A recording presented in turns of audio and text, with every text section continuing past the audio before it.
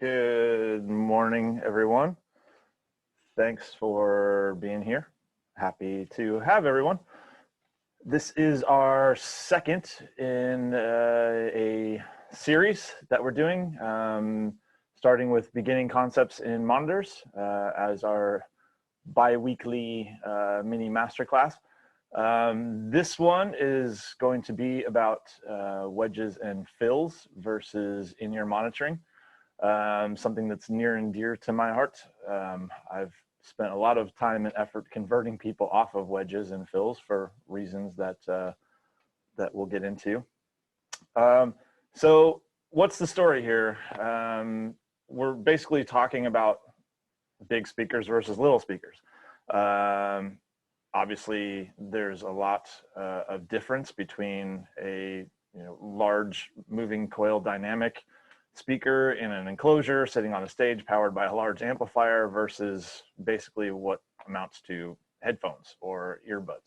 So there's a lot of differences. We're going to go over some pros and cons and discuss my preferences and some tactical things to get where you want to go with this. Hopefully some of you were here last week, and as we talked about last week, unfortunately, this really is not your choice. It may be if you're in that position, but for me, I always have to defer to what the musician and or musicians want. So if they want wedges, then you're going to have to do wedges. But as I said, with a little bit of coaxing, maybe you can influence them. But just remember, as we talked about last week, at the end of the day, the customer is always right, and so we have to give them what they want.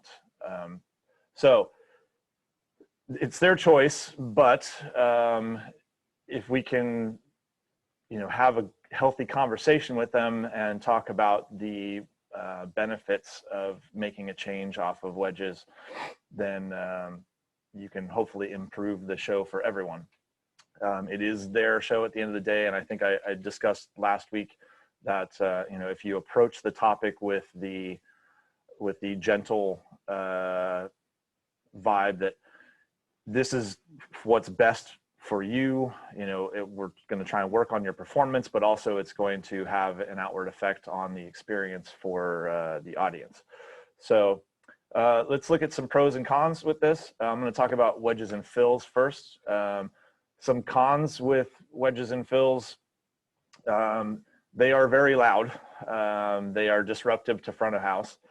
You have a lot of really undesirable frequencies coming off the back of wedges that can be problematic for your front of house engineer. They are drastically out of time with the house system. So you've got a lot of comb filtering going on, in addition to, you're basically only getting the worst part of the speaker blowing out the side and rear of the cabinet. You will get reflections off of everything in the room based on whatever that's flying at. So that's a big problem for front of house as well. The latency, which is a big thing for me. I touched on that last week, but it's pretty bad on a wedge system because you've got speaker propagation time and air time, travel time through the air before it gets to the head of the listener. Usually, if I'm 6'1", so it's got to travel 6 feet nearly to get from the speaker to my head. That's could be over a half a millisecond of additional time. You have poor point of reference, which is something really important for a monitor engineer. Is to have a good solid point of reference so that you can get as close to hearing what they're hearing out on stage. If you don't have that, you're disconnected and you're kind of flying blind. Even if you have a Q wedge, it's a very different environment because you don't have earplugs, essentially, which is what IEMs end up becoming. You have a very uncontrolled environment, and there are a lot of differences between what's happening in monitor world versus what's happening over in the middle of the stage. I always recommend that you go out there as often as you can. I will spend a lot of sound check out in the middle of the stage with my iPad, even when I'm on in-ears, because it is a different world out there. But we do have a better point of reference and more control when you're not on wedges. Wedges and fills are very inconsistent, meaning that as I move, I'm getting a different phase relationship and a different frequency response and different perceived volumes depending on where I am standing. So as I get further away from it, it's going to get quieter. I'm going to have differing reflections. I'm going to have a differing phase response. I actually did a show for years where we had 52 15-inch wedges running down a thrust in an arena. And as you walked that thrust down the arena, while I would perceivably be playing an instrument, it was basically like going through a phaser effect. If you've heard a phaser or a flanger, it's got that kind of, rising and falling spaceship noise. I don't know how to describe it. I'm not going to do the sound with my mouth because it will just irritate everybody. But that is horribly disruptive. I don't know how anybody could play to that. They did. That's what they wanted. But it is very inconsistent as you move from place to place. Wedges recycle, meaning that as I've got a wedge firing at me, and it's coming up, it's not only hitting my ears, it's also hitting my microphone that my voice is going into. That's why we have feedback issues, because I sing, it comes out of the wedge, it goes from the wedge back into the microphone, and it begins a cycle, and that creates a feedback loop, and that's a terrible thing. Even if we get a wedge stable, which we have to do, it's part of our job, you're still getting recycling through the microphone. Maybe not enough to set off feedback, but it's still happening. And that is obviously not really desirable. That doesn't only affect you in monitor world, it's also going and recycling and affecting the sound out front. So not something that we want to have. Wedges are space inefficient. They take up a lot of space on the stage. I think they're ugly. I've done a lot of work in my life trying to deal with wedges and fills for sight lines and things like that. So they are space inefficient. If you're doing a touring situation, especially as a smaller artist, space is at a premium. Trailer space or space in a van if you're in a really small tour. Carrying wedges is a nightmare. Not only do you have the wedges, you have to power them. They may be self-powered, but often they're not. So you could have a rack of amplifiers. And that's the next point. They're very power hungry. So you need a lot of power. So you're not going to just plug a wedge amplifier into your household 110 socket and get a good sound out of it. You're going to need a lot of power. We almost always run 3-phase power to get enough amperage and enough circuits to power an effective wedge system. So, and I could go on with the cons, but I'll move forward. So let's look at the pros. They are loud. They are disruptive to front of house. That's kind of my little joke. It's could be considered a pro, depending on who you are. The one pro that I hear all the time is that they're vibey, for lack of a better word. They give a sense of feeling and emotion to the performer and to the stage, and that's the one that I get, and we'll talk about that one some more and some ways to deal with that.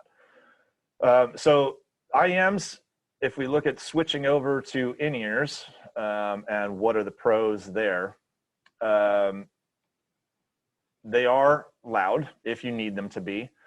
But what I find is that the perceived volume is much greater and the actual volume can come down. And this is really important for protecting your hearing, the performer's hearing and your hearing.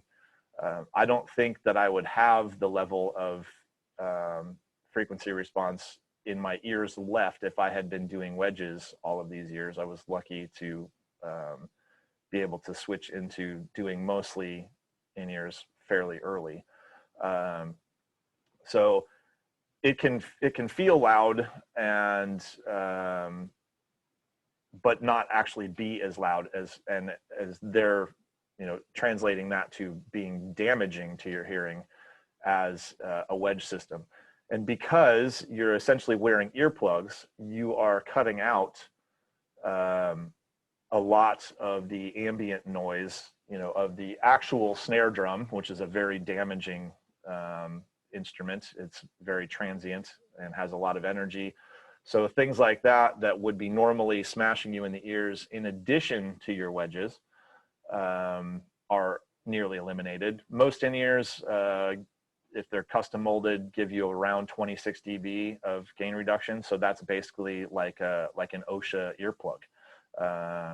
They're very effective at limiting the noise like that.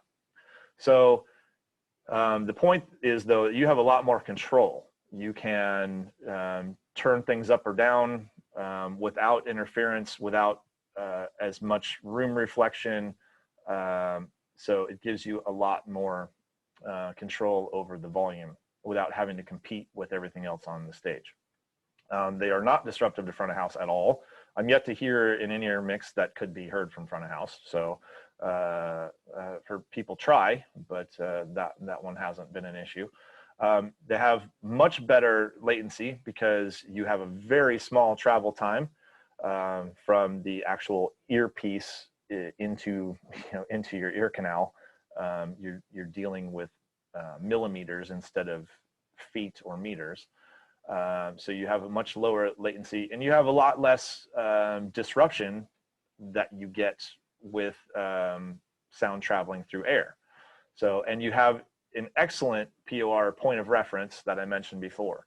So because I'm blocking out a lot of the ambient and interference noise that is happening in the stage, like being in close proximity to a drum kit or close proximity to a guitar amp or something like that, since so much of that is diminished, the engineer and performer have a much closer relationship as far as what they're hearing. So you have a much greater point of reference, which is just crucially important. And basically you end up in a situation where all you're getting as far as difference is in the low end, the low stuff that you almost feel more than you hear. And that's a whole nother ball of wax. But you can work around that a lot more easily than having basically a completely different mix from the stage to the monitors.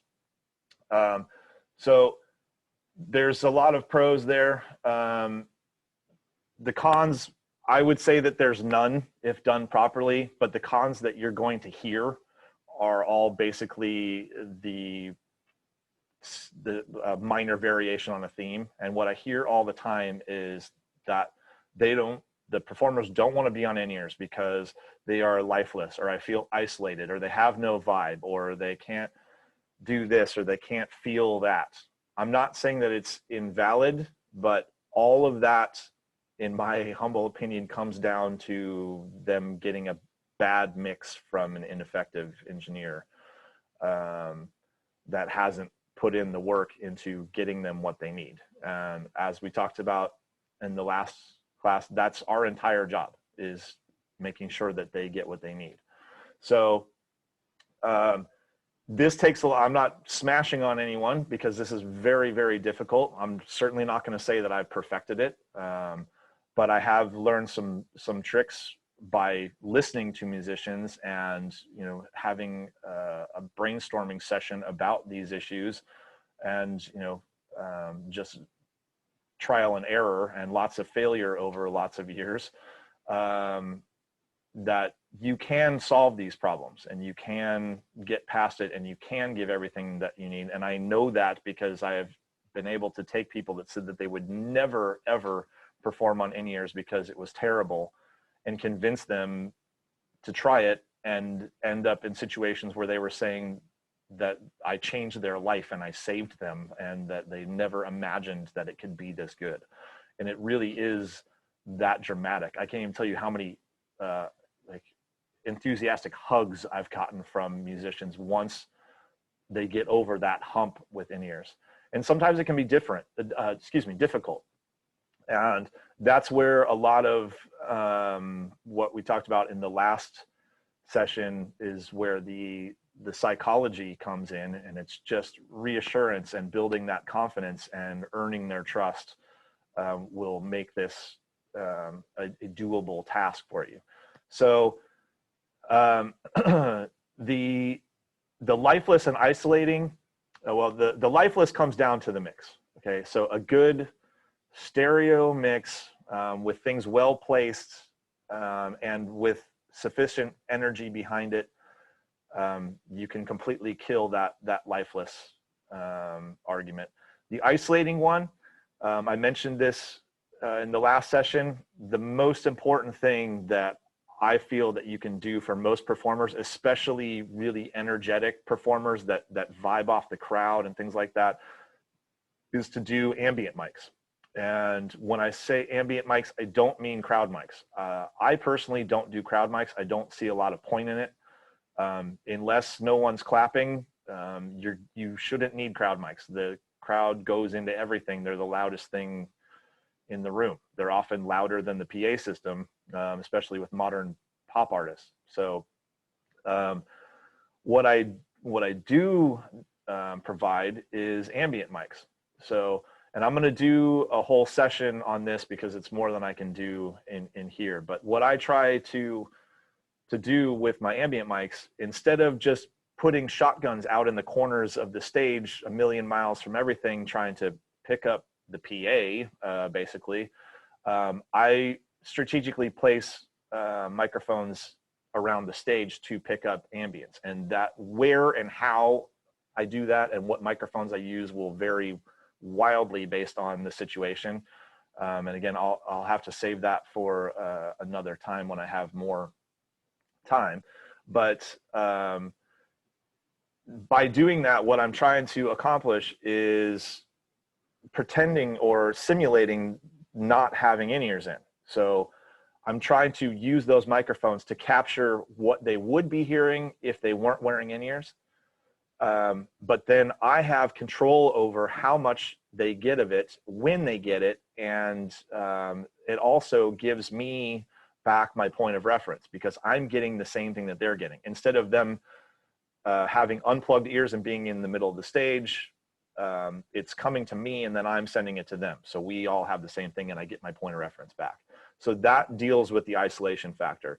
It is really difficult for most people to perform with a dead dry mix without any of stage, especially if you're coming off of performing off of wedges.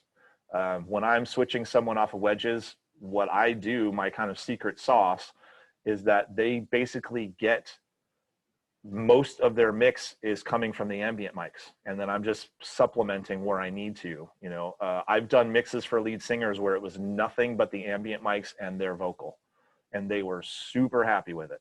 Obviously, your results will vary. You have to listen to your artist and, you know, try and get in their head and figure out what they need and what they want. But that's how you're going to get past that isolating thing.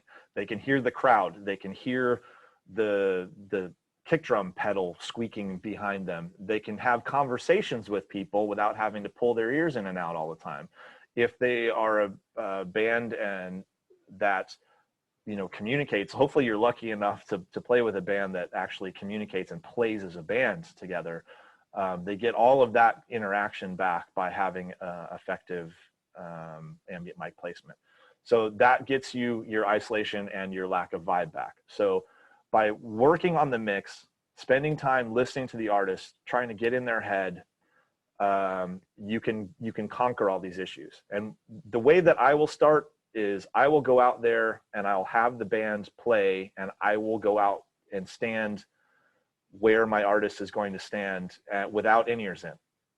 And I just kind of close my eyes and I soak that in and build that point of reference. And once I've experienced what that middle of the stage feels like, Then I go over to my mixer and I try and recreate that in a pair of in-ears through a wireless belt pack. And if you can figure that out, you will never go wrong as far as and once you've built a mix, you can go out in the middle of the stage and, you know, take your ears out, put them in, take your ears out, put them in, make adjustments and, you know, that's what I'm shooting for most of the time. Because if you can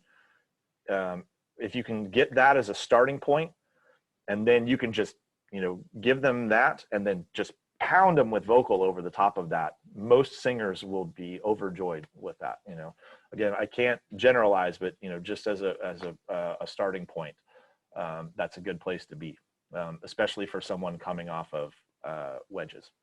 The one thing that I will say as a hesitant third option is doing combos of Wedges Fills and in-ears. And this is something that I have done and still do a lot because the one thing that in-ears can't do is move air and shake your body like a speaker can. You know, they just don't have the energy to push on you. So sometimes doing both is your best option and maybe your only option.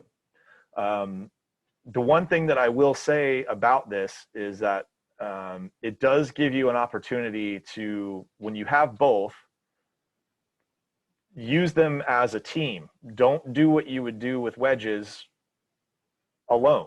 That doesn't have any, you know, that doesn't make any sense. What I see a lot of times, people have Wedges and in-ears, and they have the Wedges tuned as if they were just listening to it without earplugs.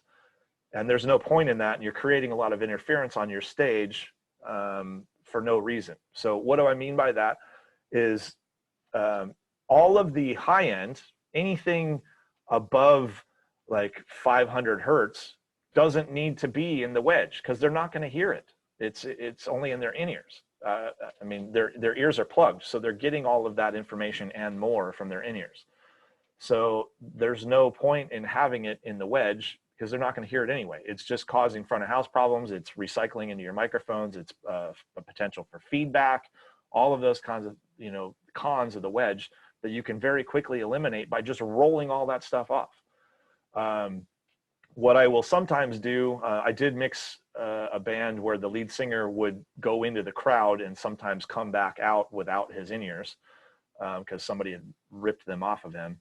And in that instance, you know, because sometimes people do use them as a fail-safe backup, some artists demand that. But what I do in that instance is set up a scene where 98% of the time I have all of the unneeded stuff rolled out of the fills and wedges.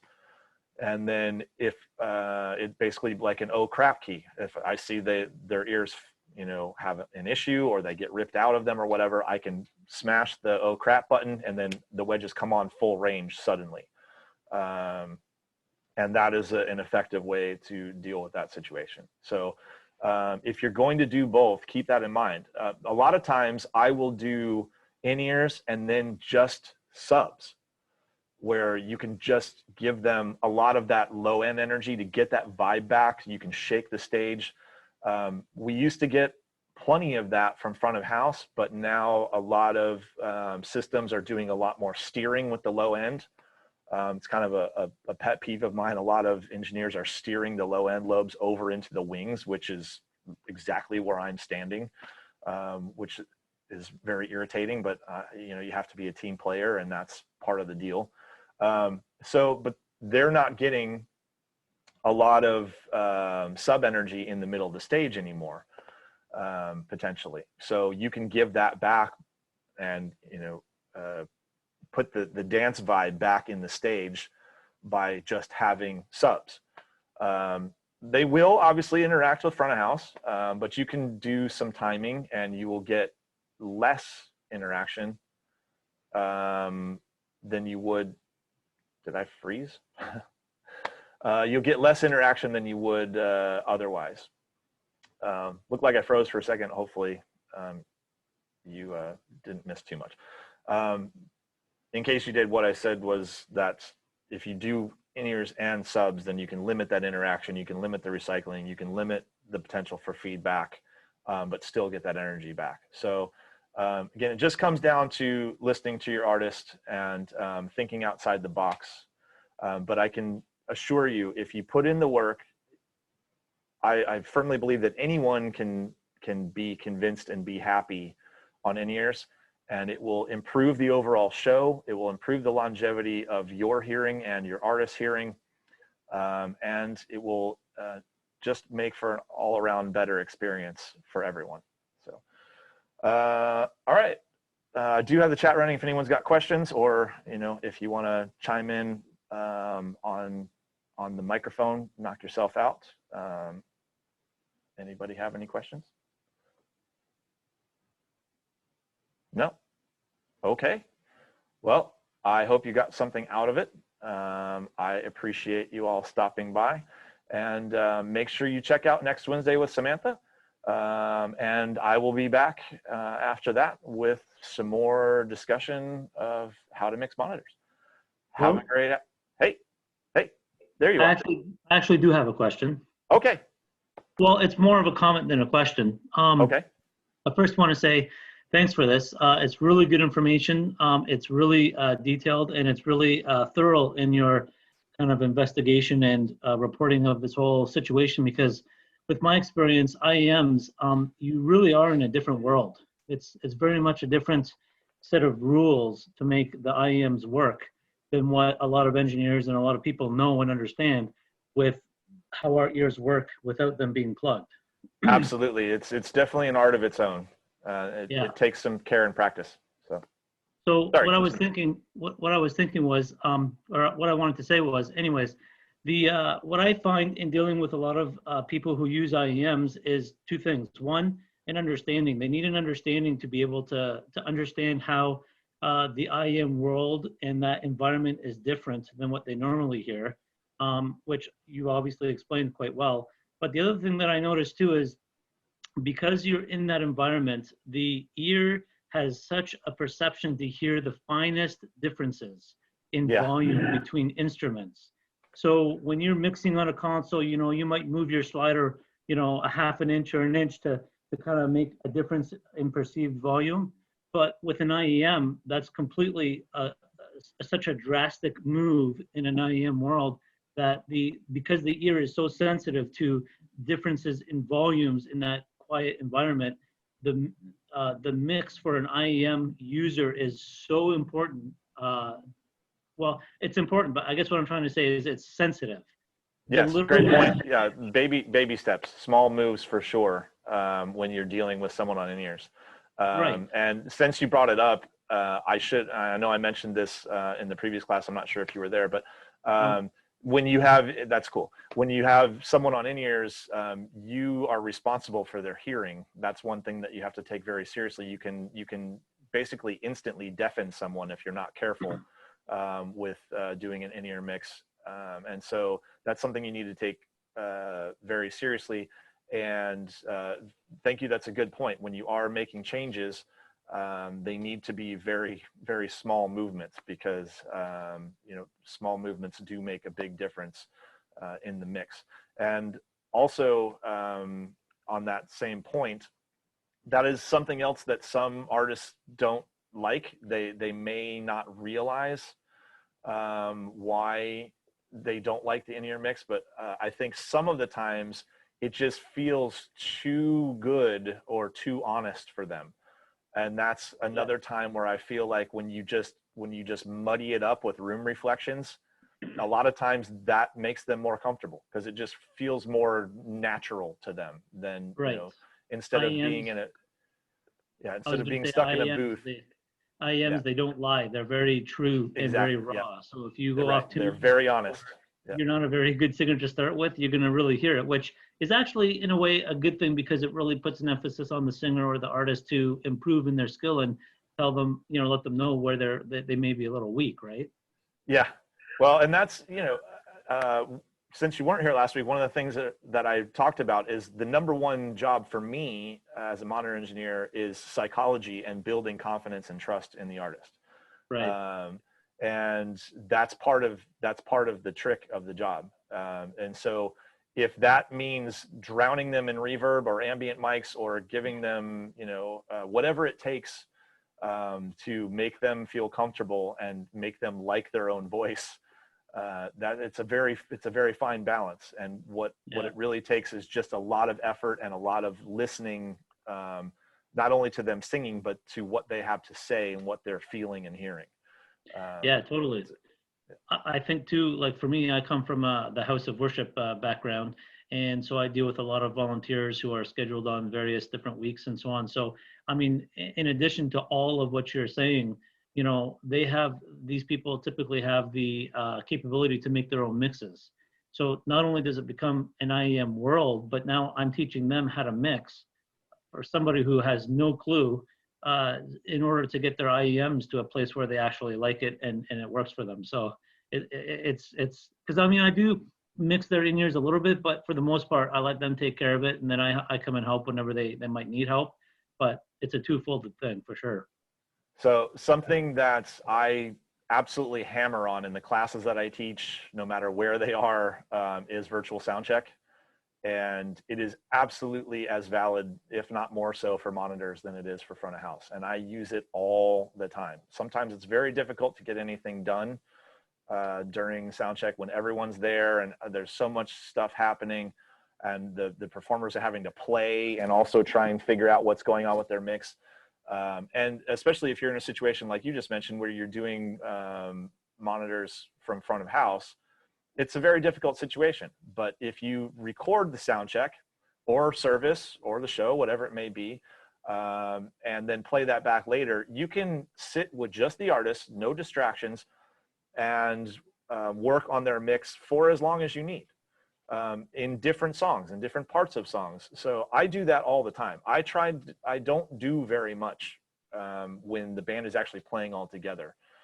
I've done 99% of my work before they even get there, so that I can work without distractions from them. And then if we have an issue, then I'll have them see me after class, so to speak, and they can come to the mixer and listen if they want to. And I can even, step aside and let them experiment with their mix. So it's a very much a team effort, and we have these tools now, and I can't emphasize enough to use these tools that are available to us. Yeah, absolutely. Absolutely. By the way, do I have access? Because I think I've registered to the previous show that you did. We haven't. We had some tech issues, and so it needed some drastic editing. I got punted out of Zoom twice, so it hasn't been launched yet. You will have access to that as soon as we can get it uploaded. Okay, and perfect. I'll make sure that we get an email out to everyone when that gets up. So yeah, and Jeff just posted in the chat, we'll have those videos posted back ASAP. So he's a busy guy, and I'm not smart enough to do the editing, so we'll get those up. I know other people are waiting for it too. I had a question about ambience and the shotgun mics. Sorry, I'm going to scroll back up in the chat here really quick.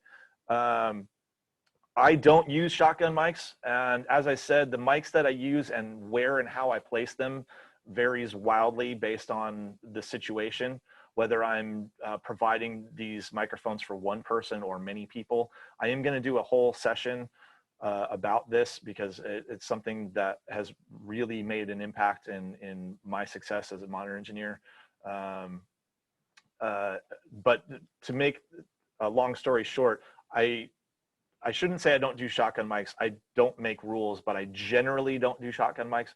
But what I do, just to simplify it down into a quick answer, is I try, like I said, I go out on the stage and I listen, and then I try and recreate that in the in-ears by whatever means necessary. So I might do a stereo pair of small diaphragm condensers, like an XY type situation. If I'm doing it for one person, I've put an XY pair of electric condensers on the vocalist mic stand before, because I'm trying to get a binaural recording, because I'm trying to simulate what they would be hearing if they weren't wearing in-ears. So if I can get as close to that and it's just for one person, then I might do that. I've put boundary mics on the stage. I've had wide spaced pairs. If I'm doing it for a lot of people, it just depends. And you might find like, this is what I want to capture, but then you can hear too much of the squeaking of the kick pedal, you know, as I mentioned before. So you have to kind of experiment and work with that. I don't make rules, and I try and think out of the box and just have an end goal in mind and work from there backwards. And I will try anything, any combination of microphones. I've hung things from the ceiling. I've laid things on the floor. I've clipped things to other mic stands. So really just don't be afraid to experiment and, you know, work with your artist and try different things. Ideally, if I have the opportunity, I'll put out 3 or 4 pairs of microphones in different locations, and I'll ABCD through them while the band is performing. And I always do, while we're on the topic, I always multi-track record my ambience because it is a big part of my mix. And I use that as a tool, like, oh, I'm listening to that. Okay, in the ambience, I'm getting a lot of blowback from the front fill in this ambient mic. So I need to move it somewhere where I'm not getting that nasty low mid out of the back of the front fill. Things like that you have to consider, and that just takes experimentation. Tom asked if I think about, sorry, something about gain structure. I'm trying to find it. My scroll is being really fussy. Okay, sorry. Do you think about gain structure differently? Yes. Gain structure is exceptionally important in mixing, period, but especially so to me in monitors.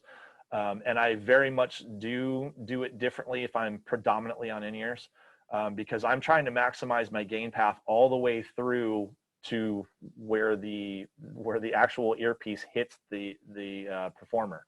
So I'm maximizing it at the desk to make the best use of it at the in-ear transmitter or headphone amp, depending on what I'm using, but almost always it's an in-ear transmitter, a wireless in-ear transmitter. I want to be at a specific gain point after summing when I get to the transmitter, because I know what the optimal gain range for the transmitter is and where it sounds the best. And that comes out of the transmitter, and I know where I want to be on the belt pack, where the belt pack is happiest, where the amplifier, the headphone amplifier in the belt pack is happiest and sounds the best. You need to know those things, and you need to consider your gain structure all the way through to the end of the chain and maximize it there. And with a lot of the musicians that I work with, SPL is an issue. They want to just get hammered in their in-ears. And so I have to basically run max gain structure at every stage to get where I want to go there, without having to like put in an extra headphone amp. So you do very much need to look at gain structure differently depending on what you're doing, because you need to consider each link in the chain, and you have drastically different links in the chain when you're doing in-ears versus wedges.